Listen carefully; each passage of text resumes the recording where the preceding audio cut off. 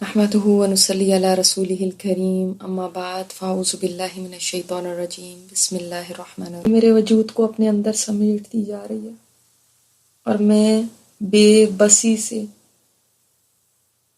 بے حس و حرکت پڑی ہوئی ہوں۔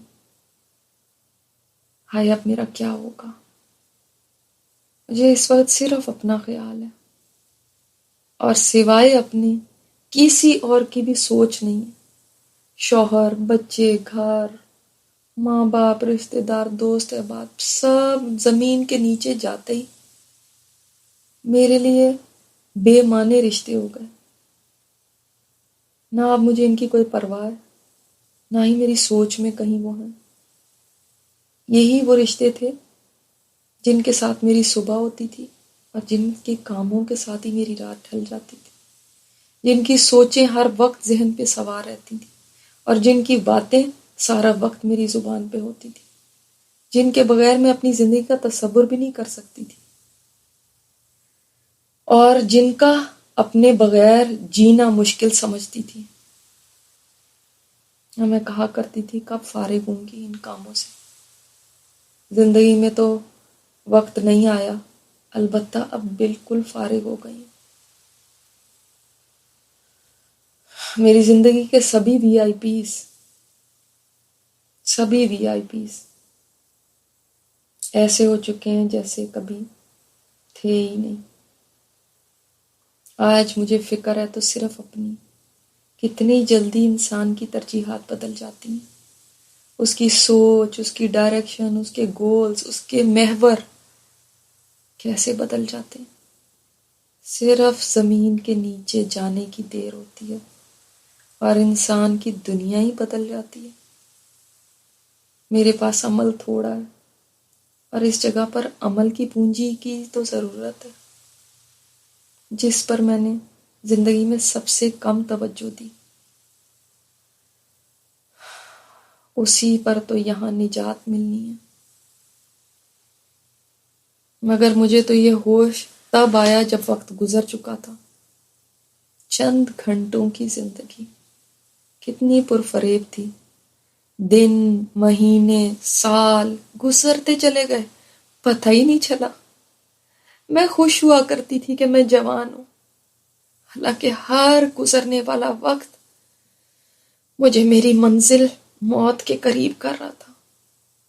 میں اپنی سالگرہ پہ بڑی خوش ہوا کرتی تھی، مبارکبادیں وصول کیا کرتی تھی، مگر میں یہ نہیں سوچتی تھی ہر سالگرہ میری زندگی کے مزید 1 سال کو کم کرنے کی خبر لائی ہے۔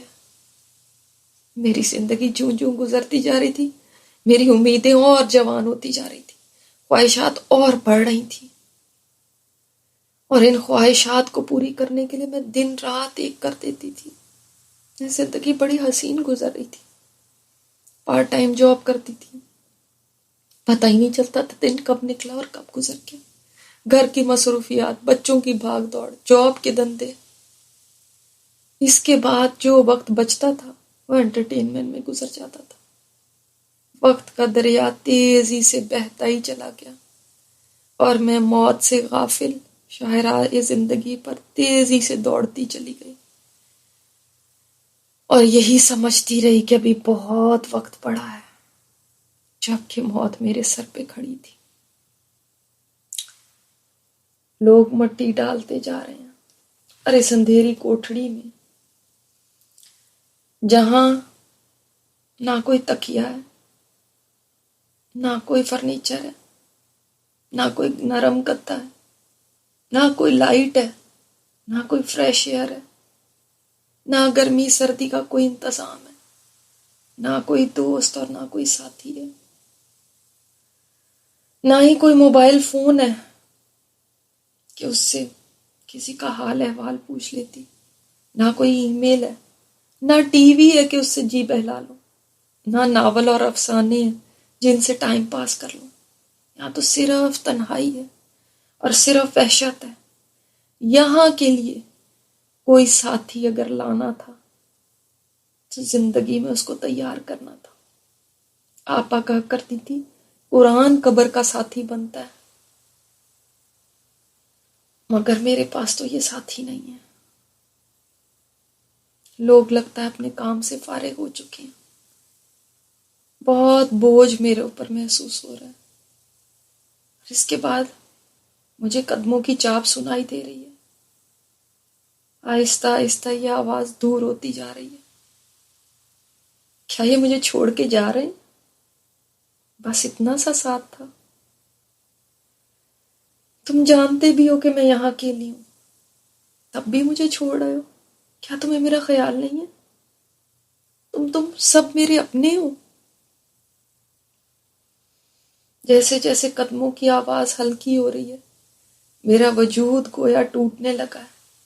میری چاروں طرف کھڑی دیواریں مجھے بھینچنے لگی ہیں. یہ مزید تنگ کیوں ہو رہی ہیں؟ دور ہو جاؤ، دور ہو جاؤ. امی، ابو، بھائی،